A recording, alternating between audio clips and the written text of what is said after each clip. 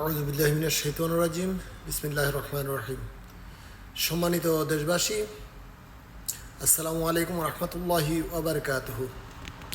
আসলে দেশের বর্তমান যে পরিস্থিতি শুরু হয়েছে, আন্তর্জাতিক অপরাধ ট্রাইব্যুনাল কাউকেই ছাড়বে না। তাজুল ইসলাম যেই কাজ শুরু করছে, তার সৎ সাহস, সৎ বিচার আমরা মনে হয় দেখে যাব বাংলার জমিনে। তবে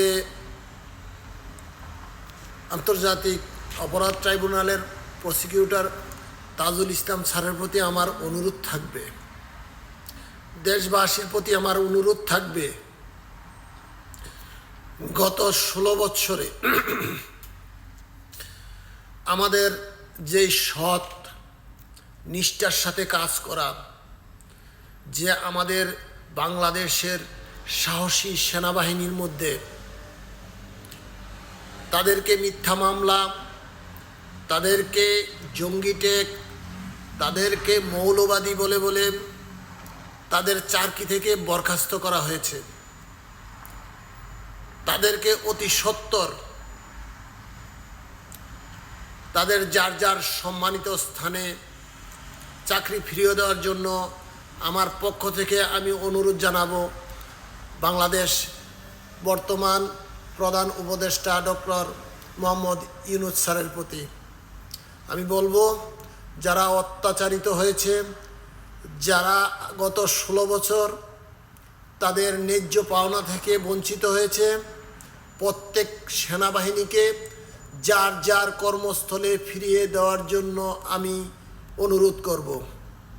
আমি আরও বলবো, যারা এই গত 16 বছরে গুম খুন হয়েছে, যারা শহীদ হয়েছে সেনাবাহিনীতে, তাদের প্রত্যেক ফ্যামিলিকে তাদের ন্যায্য পাওনাগুলো বুঝিয়ে দেওয়ার জন্য অনুরোধ করব।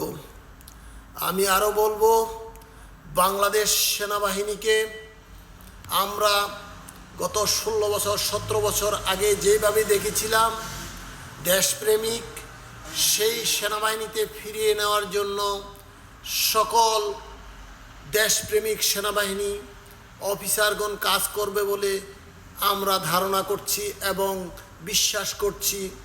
এই দেশকে আবারও বাংলাদেশের সার্বভৌমত্বের রক্ষার্থে, নিরাপত্তার স্বার্থে সকল সেনাবাহিনীকে একযোগে কাজ করতে হবে।